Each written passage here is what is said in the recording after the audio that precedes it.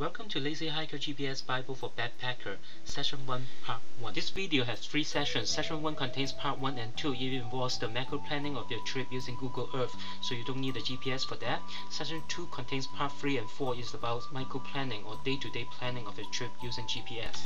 Every Bible has some commandments, so I will be talking about the 10 commandments of GPS travel. The first part will be focused on commandment 1 to 4, and the second part will cover commandment 5 to 8. The first 4 commandments will be F-U-C-K. F, find your destination. U, understand your speed. C, check your time. K, keep your distance. First, let's look at the F of F-U-C-K, find your destination. This is Google Earth. First thing you need to do is to find the COI or center of interest. A COI is the first thing that comes to your mind when you plan your trip. It can be attractions like the pyramids, Machu Picchu, Kilimanjaro, the Amazon, or the Sahara. Or it can be a country like Bolivia or Peru. As an example, let's assume our COI is the pyramids. So we enter pyramids in here and we type in the click the search, and you will give a list of results, and we will click on the pyramids of Giza, and it will bring us directly to the pyramids of Cairo. So here we are. The next thing to do is to create a trip folder. So under places, my places, you right click and say add folder. Because this trip will be going to Egypt, so you type Egypt there and say OK. And you will right click on the pyramids of Giza, which you just found, and say save to my places. And you will see your COI, center of interest, is under my places, and you can drag and drop it to your trip folder, which is Egypt. So that's how you save your COI. Now that you have the COI, you will need a POE, point of entry. That's how you get to the country. So for example, in order to go to Egypt, you will need to go to the by airport. So you go to search for airport and then type in search. When you are doing a search, it will search around your previous destination. So since your previous destination was the pyramids of Giza, so you will find an airport that's close to the pyramid of Giza, not say somewhere in London or somewhere in Paris. So now that we get a list of the airports, so we look at this one. Yeah, that's right. That is the international airport of Cairo. So you would be arriving at this point. You right click on this, save to my places, and drag and drop it into your trip folder. So now your trip folder will have 2 waypoints. One is your COI, the other one is the POE, the point of entry. The next thing is to create a massive folder under the trip folder. It will be an extension for the COI. So besides the pyramids, you probably have a lot of other things you must see around Egypt. So that will be the place to save it to. Now we are going to do a search for Abu Simbel. It has the statues of one of the most egotistic ruler in Egypt, Ramesses II. A lot of time Google Earth will bring you to the wrong places because it's searching for labels of the layers, not for the attraction itself. In this case, searching for Abu Simbel will bring you to the middle of the desert, which has nothing. To resolve the problem, we need to enable a layer. One of the most important layers is the photo layer. You can see the little icons, little picture icons scattering around here. Those are photos taken by user of Panoramio, tagged with GPS coordinates.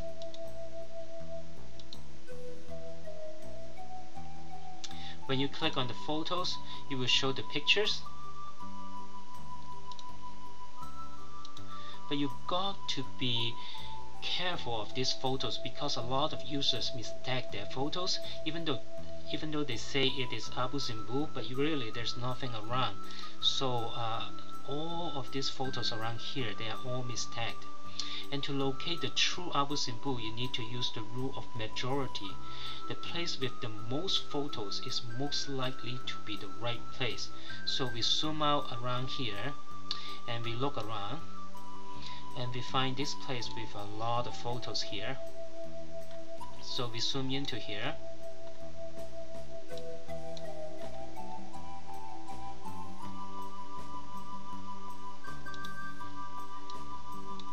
And bingo, this is the Abu Simbel. You can see the 3D image here, and this little ball here is the 360-degree virtual panorama. If you click the little ball here, it will bring you directly into the attraction, and you can look around. And here you can see Abu Simbel from here.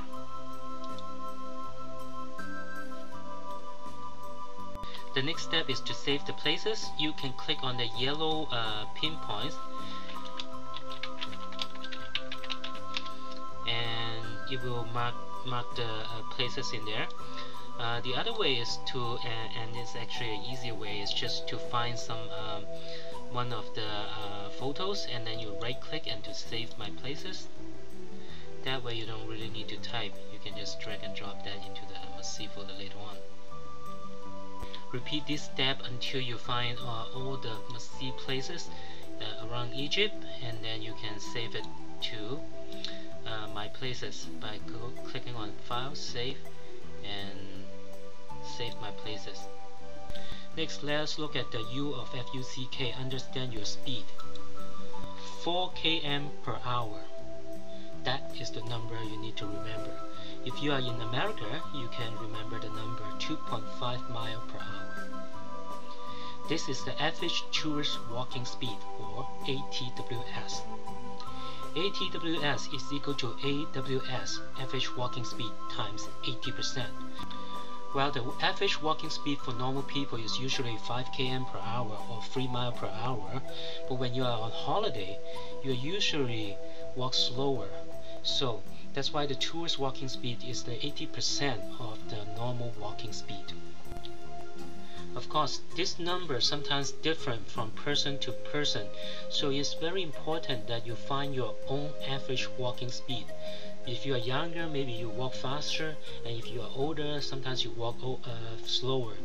And it also depends on the terrain. So if you walk in the desert, sometimes it will be much slower than the 4 km per hour. And if you walk in, say, in the snow, it will also be slower. So you will need to take that into consideration when you calculate the time between your destination. It's also important to find the MWS, maximum walking speed. For normal person, it's about 9 km per hour if you are around 20 years old. If you are older, usually it's slower, sometimes maybe around 6 km per hour to 7 km an hour.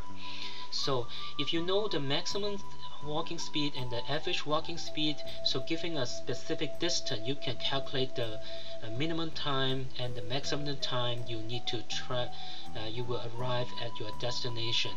It's very important when you are doing a micro planning of your trip. The easiest way to find out your average walking speed is using a GPS. So normally a GPS have a field like in here. They will tell you your current speed. Next, 20 km an hour or 30 miles per hour, that would be the average biking speed.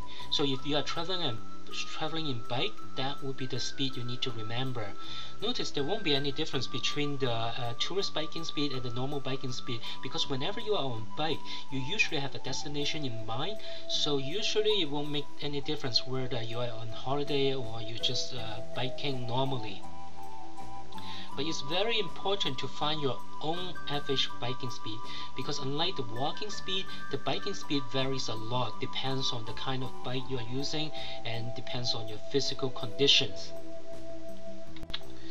So these numbers are important when you are doing micro planning of your trip. When you are doing the macro planning of your trip, what you need to remember is the macro speed. So for a slow bus in a developing country, that would be 30 km an hour or 20 miles per hour. For a normal bus in a developing country, that would be 60 km an hour or 40 miles per hour. And for a fast bus in a developed country, that would be 90 km an hour or 60 miles per hour.